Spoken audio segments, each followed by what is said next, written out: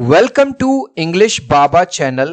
Class 10 Hindi Kritika book से chapter number 3 है मैं क्यों लिखता हूं। आज हम करेंगे इसके क्वेश्चन आंसर, तो जल्दी से वीडियो को लाइक कर दो। आई होप चिल्ड्रन आपने वीडियो को लाइक कर दिया है और अभी तक चैनल को सब्सक्राइब नहीं किया तो सब्सक्राइब कर दो सो दैट आपको हमारे सारे अपडेट्स मिलते रहे। क्वेश्चन नंबर 1 देखिए, लेखक के अनुसार प्रत्यक्ष अनुभव की अपेक्षा अनुभूति उनके लेखन में कहीं अधिक मदद करती है। पहला क्वेश्चन को समझो, वो कह रहा है कि अगर उसको किसी चीज का पता चले तो उस चीज का उतना ज्यादा असर नहीं पड़ता, लेखन में जो अनुभूति है, जो एक्सपीरियंस है, वो ज्यादा मैटर करता है। चिल्ड्रन अगर आपने ये चैप्टर पढ़ा है, उसने जो अमेरिका ने हिरोशिमा पे जो परमाणु बम गिराया था उसके बारे में न्यूज में अखबारों में पढ़ रखा था, लेकिन कुछ उतना असर नहीं पड़ा।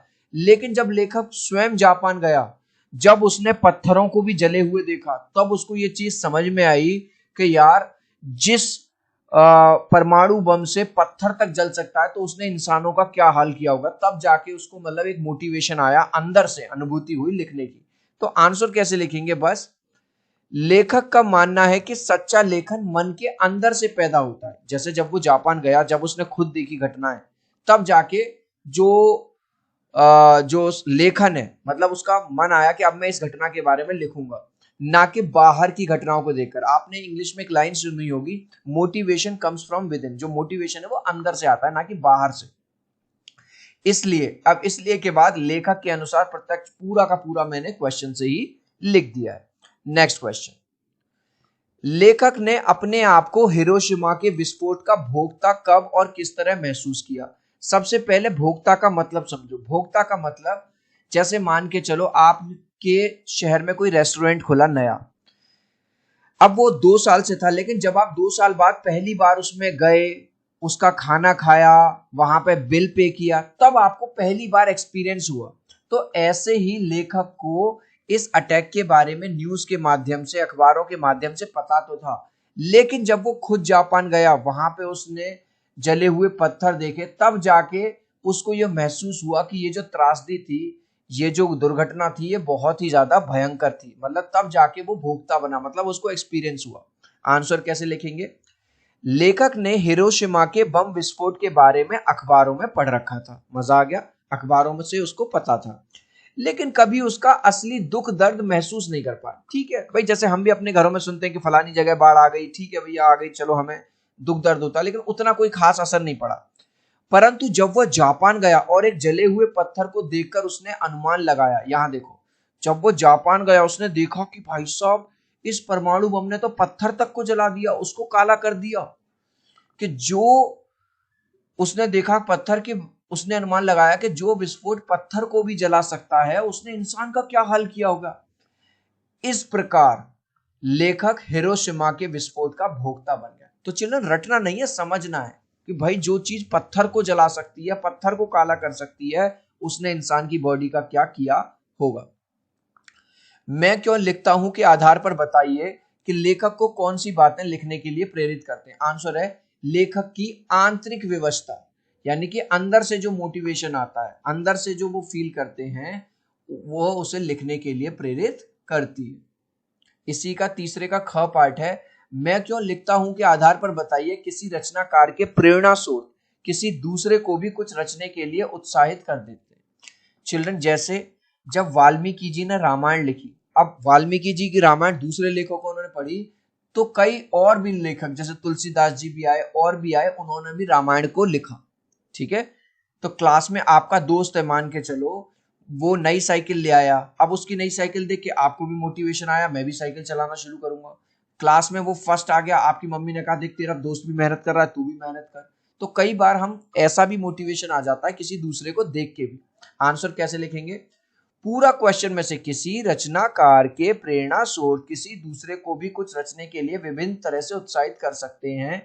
जैसे पूरा जो मैंने अंडरलाइन किया वो पूरा क्वेश्चन से ही, जैसे जब वाल्मीकि जी ने रामायण लिखी तो इससे प्रेरणा लेकर दूसरे लेखकों ने भी इसके बारे में लिखा। कुछ रचनाकारों के लिए आत्मानुभूति यानी स्वयं के अनुभव के साथ साथ बाह्य दबाव भी महत्वपूर्ण होता है। तो क्वेश्चन ये कह रहा है जरूरी नहीं है हर बार मोटिवेशन अंदर से आए कुछ करने का, कभी कभी एक्सटर्नल प्रेशर, जैसे हो सकता है सोसाइटी का एक प्रेशर हो, भाई आप एक गरीब फैमिली में पैदा हुए, आपको कुछ चीजें नहीं मिल पाई, अब आपको एक मोटिवेशन मिल गया, यार भले से मैं गरीब रहा, मेरा मेरा जन्म गरीब परिवार में हुआ, लेकिन मैं मरूंगा नहीं, खूब पैसा कमाऊंगा, खूब मेहनत कराऊंगा। हो सकता है वो जो एक्सटर्नल प्रेशर हो वो पैसा कमाने की वजह से हो सकता है वो किसी प्रकाशक का, जैसे मैं यूट्यूबर हूं, मुझे कोई सैंपल पेपर एडुकार्ट वाले या कोई दूसरे मुझे कहें कि आप हमारे लिए एक वो पब्लिश कर दीजिए पेपर, इसके लिए हम आपको पैसा दे देंगे। तो जो मोटिवेशनल फैक्टर हो सकते हैं, एक्सटर्नल फैक्टर्स हो सकते हैं, वो कुछ भी हो सकता है, वो सोसाइटी का हो सकता है, वो पैसे का हो सकता है, वो किसी पब्लिशर या का हो सकता है। तो पूरा क्वेश्चन में से कुछ रचनाकारों के लिए आत्मानुभूति स्वयं के अनुभव के साथ साथ बाह्य दबाव भी महत्वपूर्ण होता है। ये बाह्य दबाव है, मतलब एक्सटर्नल प्रेशर। नंबर 1 सामाजिक परिस्थितियां, जो भी मैंने दिखाया, जिस समाज में आपका जन्म हुआ। आर्थिक लाभ की आकांक्षा, यानी कि और ज्यादा पैसा कमाने के लिए आप और डबल डबल काम करो।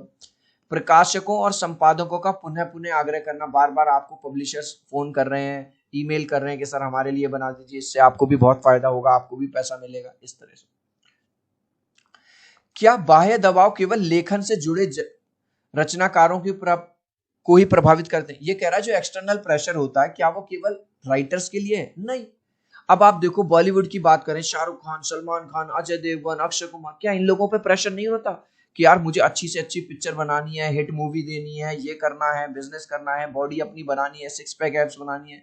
क्या जो सिंगर हैं, जो गायक हैं, क्या इन पे नहीं प्रेशर होता?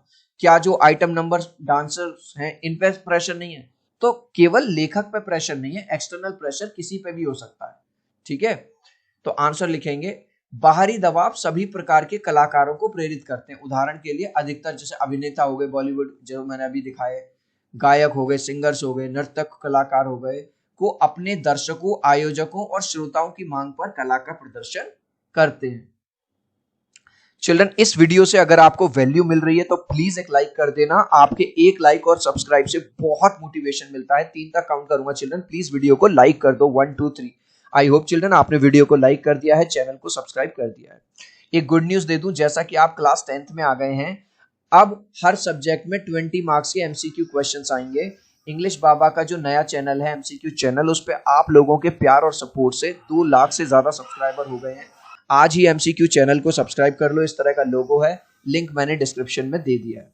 नेक्स्ट, हिरोशिमा पर लिखी कविता लेखक के अंतः व बाह्य दोनों दबावों का परिणाम है। देखो, एक तो लेखक ने थोड़ा सा पढ़ रखा था अखबारों में, न्यूज में, और कुछ जब वो जापान गया तब उसने देखा कि क्या हालत हुई, तो मतलब उस पर दोनों तरह का प्रेशर था, मतलब अंदर से भी वो और बाहर जब वो खुद जाके देखा उसने तो वहां से भी।